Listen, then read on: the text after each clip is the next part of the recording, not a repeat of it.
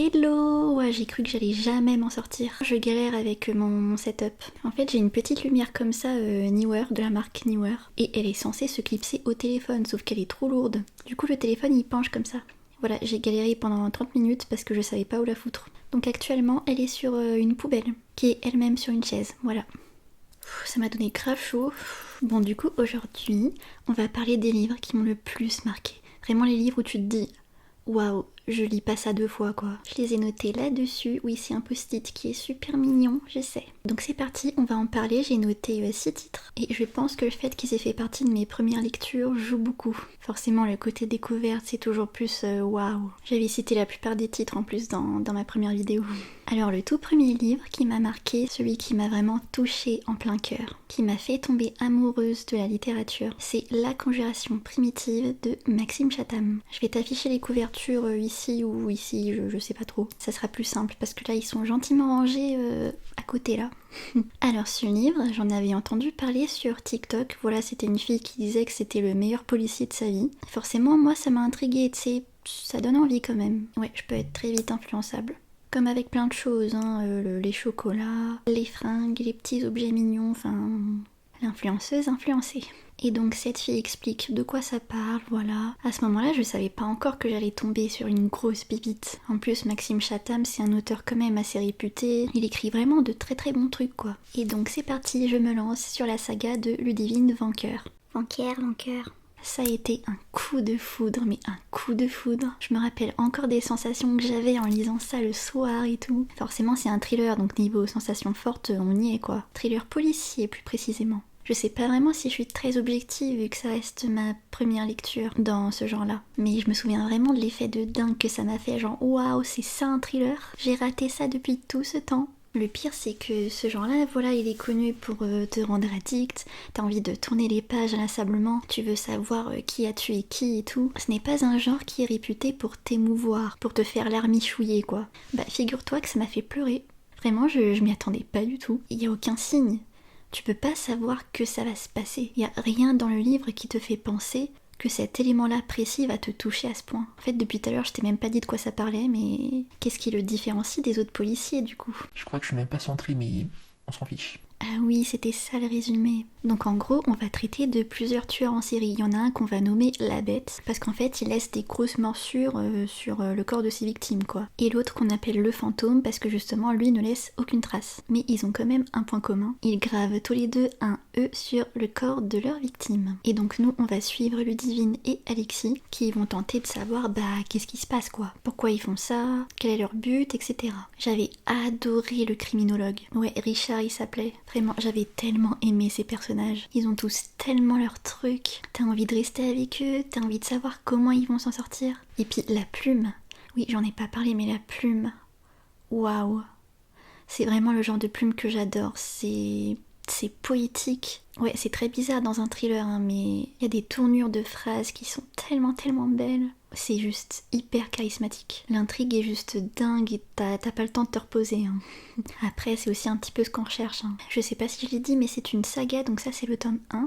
J'avais lu le tome 2 juste après. Il était aussi exceptionnel, ça s'appelle La Patience du Diable. Un chef-d'œuvre aussi, même si j'ai préféré celui-là, sûrement parce que c'était le premier. Mais ouais, c'est ce livre qui m'a fait me dire, en fait lire c'est trop bien. Et je conseille ça tout le temps, même en live et tout. Si tu n'aimes pas lire de base, comme moi à l'époque, et que tu n'es pas trop sensible aussi, commence par les thrillers. C'est un voyage diaboliquement immersif. Et c'est juste un truc de ouf, voilà. Après évidemment, tous les thrillers ne se valent pas, hein, comme tout. Mais le fait de commencer par une vraie pépite comme ça te met bien dans le bain. Voilà pour celui-ci. Ensuite, j'ai enchaîné avec un autre auteur qui n'est autre que Patrick Sénécal. Ah, qu'est-ce que je l'adore celui-là. Bien que j'ai terminé un de ses romans hier et c'est le seul qui m'a déçue. Hélas. Mais donc le premier que j'ai lu de lui, c'était 51-50, rue des Ormes. Waouh, rien que d'y penser à ce bouquin, j'ai chaud. Là déjà, tu vois, c'était un niveau au-dessus encore. C'est un auteur québécois qui écrit de l'horreur, du thriller fantastique. Ses livres sont juste géniaux. Et j'ai l'impression qu'on n'en parle pas assez. C'est un peu tristou. Mais ouais, celui-là, pour moi, c'est son meilleur. Son deuxième meilleur, c'est Alice, qui est d'ailleurs, je pense, le préféré de beaucoup. Je comprends. Mais celui-là, les premiers bouquins en général, c'est vraiment ceux qui me marquent le plus. On va suivre un gars qui un jour se promène avec son petit vélo là dans la rue. Il a un accident avec et il va demander de l'aide dans une maison assez proche. Et à ce moment-là, il ne sait pas du tout dans quoi il va s'embarquer, hein. C'est une maison de cinglés, mais ils sont tous tellement chelous. T'as le mari, t'as la femme, t'as la sœur, la petite fille. Oh mon dieu, la petite fille. Il se passe des choses vraiment sombres dans cette baraque. Donc c'est un huis clos, personnellement j'adore cette thématique. Ah oui, et il y a aussi une espèce de cave dans la maison, cadenassée d'ailleurs, d'où la couverture. Notre perso principal n'a évidemment pas le droit d'y aller. Et vraiment j'essaye d'en dire le moins possible. J'avais tellement, mais alors tellement adoré cette histoire. On n'est pas sur une séquestration normale, si je puis dire.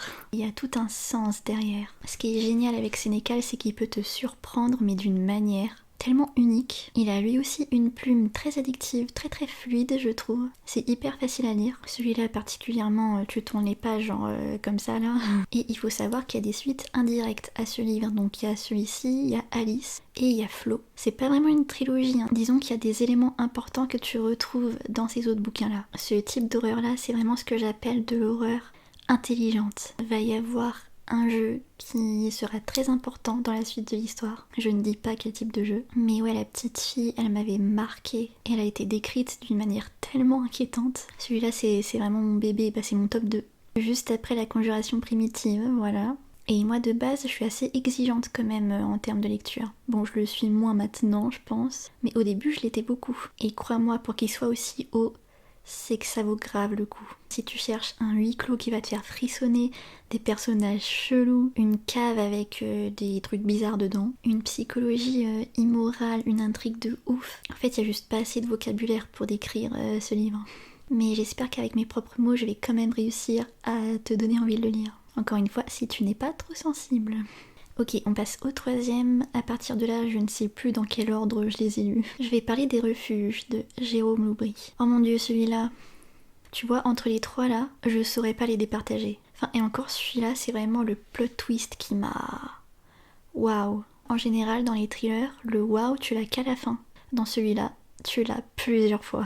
Mais à un tel point que ça en est choquant. Mais c'est des gros waouh, hein. C'est pas des tout petits plot twists tout le long du livre, non. C'est vraiment des moments hyper clés qui te retournent. Comme je l'avais dit dans ma première vidéo, Shutter Island, c'est un tout petit échantillon de ce livre. C'est une démo, quoi. Donc déjà, si t'as aimé ce film, ou même si tu l'as lu aussi, c'est ça, mais en beaucoup plus intense. Genre, t'es pas prêt, hein. Vraiment, je l'avais refermé, j'étais comme ça. Oh my god. Tu te rends compte du talent qu'il faut pour écrire ça de cette façon-là. Oui, un cheveu. Pour moi, c'est inhumain. L'imagination qu'il faut pour te pondre un truc pareil. Ah, franchement, ça m'impressionne. Et c'est dur, en général. Pour qu'un livre me donne une claque pareille, faut y aller, hein. Mais du coup, de quoi ça parle? Là, ça va être très compliqué. Ouais. Ouais, non, je pense que je peux t'expliquer un peu. Je vais te lire le résumé. Sandrine est étonnée par l'atmosphère étrange qui règne sur la petite île où vivait sa grand-mère récemment décédée. Très vite, elle se rend compte que les habitants cachent un secret. Quelque chose ou quelqu'un les terrifie. Mais alors, pourquoi aucun d'entre eux ne quitte-t-il jamais l'île? Oups, pardon, j'ai dû bouger. Mais du coup, voilà, tu as pu constater qu'au niveau du résumé, ça ressemble un peu quand même à Shutter Island, même si c'est pas tout à fait pareil. Si tu recherches des thèmes comme l'identité de soi, la psychiatrie, un gros plot twist sa mère, et les traumatismes, ce que le cerveau peut faire d'ailleurs pour pallier un trauma, tu vas adorer. Attention, pas pour les âmes sensibles, il y a un trigger warning qui peut être assez violent, mais en même temps, si je te dis lequel, ça va te spoil, donc je pense que c'est un des livres que je relirai. Avec le premier. Navré, je peux vraiment pas t'en dire plus, mais fais-moi confiance. C'est tellement meilleur de tout découvrir par soi-même de toute façon. On continue. Là, on a rêvé de Franck Tillier. Il m'a peut-être un petit peu moins marqué que les 3 premiers, mais quand même. Franck Tillier, l'un de mes auteurs chouchous aussi. De toute façon, c'est pas compliqué. En premier, il y a Chatham, en deuxième, Sénécal, en troisième, Tillier. Voilà. Policier, horreur, thriller. Alors ici, on va être avec une femme narcoleptique, une narcolepsie sévère qui la coupe du monde plusieurs fois par jour et l'emmène dans une dimension où le rêve empiète sur la réalité. Est-ce que ce qu'elle va vivre est réel ou complètement faux? Bien évidemment, on va suivre une enquête passionnante. Alors les gens se sont un peu plaints de la chronologie, moi ça m'a pas du tout posé problème, hein, parce que l'auteur t'indique justement à quel moment le truc se passe. Donc c'est vrai qu'il y a des bonds dans le temps, etc. Mais franchement, tu comprends très très bien. Je trouve que c'est un auteur qui est très rapproché de Chatham. Il a une plume moins poétique, mais tout aussi envoûtante. Pareil, t'as envie de tourner les pages à toute vitesse. C'est mon one-shot préféré de l'auteur. Il est hyper riche. Vraiment, la fin m'a coupé le souffle, j'ai adoré. Puis le thème de la narcolepsie n'est pas souvent abordé, je trouve. Donc ça ajoute une petite touche originale. J'aurais également pu citer sa trilogie Le manuscrit inachevé. Quelle claque aussi. Mais on va rester sur les one-shots. Je pense que pour commencer, ce n'est pas l'idéal. C'est vrai que voilà, il reste un petit peu complexe. Mais moi, j'adore m'arracher les neurones pour pêcher le vrai du faux. Ça me stimule, je ressens plein d'adrénaline et tout. Je n'en dis pas plus. Vraiment, Lee du Frontilier, c'est ouf. Vraiment l'un des meilleurs auteurs pour moi. Ok, il en reste deux. On va parler cette fois-ci de Nevermore. Ouais, c'est pas du thriller. Oh, pour changer un peu. J'ai encore dû me déplacer. C'est un univers qui est pour moi très semblable à Harry Potter. On a une petite fille qui rentre dans une école de magie et tout. Elle va faire des rencontres, elle va apprendre plein de choses. Le tome 2 était fou, vraiment, j'ai mis 20 sur 20. En fait, on va suivre Morrigan, qui est une jeune fille maudite. Elle est censée mourir le jour du merveillon, spoiler. C'est pas le cas. Ce même jour, elle va se faire emmener par Monsieur Jupiter que j'adore. Vraiment, j'aime trop ce personnage. Il va y avoir plein de péripéties. C'est de la jeunesse, hein, mais alors de la jeunesse incroyable. Je n'aime pas trop employer ce mot, j'avoue, parce que maintenant, genre, si tu respires, t'es incroyable, quoi. Mais pour cette saga, vraiment, je le dis, c'est incroyable. Dans le premier tome, il y a une intro, mais c'est normal, il faut que l'univers soit posé, etc. Mais quand t'es dedans, tu ne lâches plus le livre.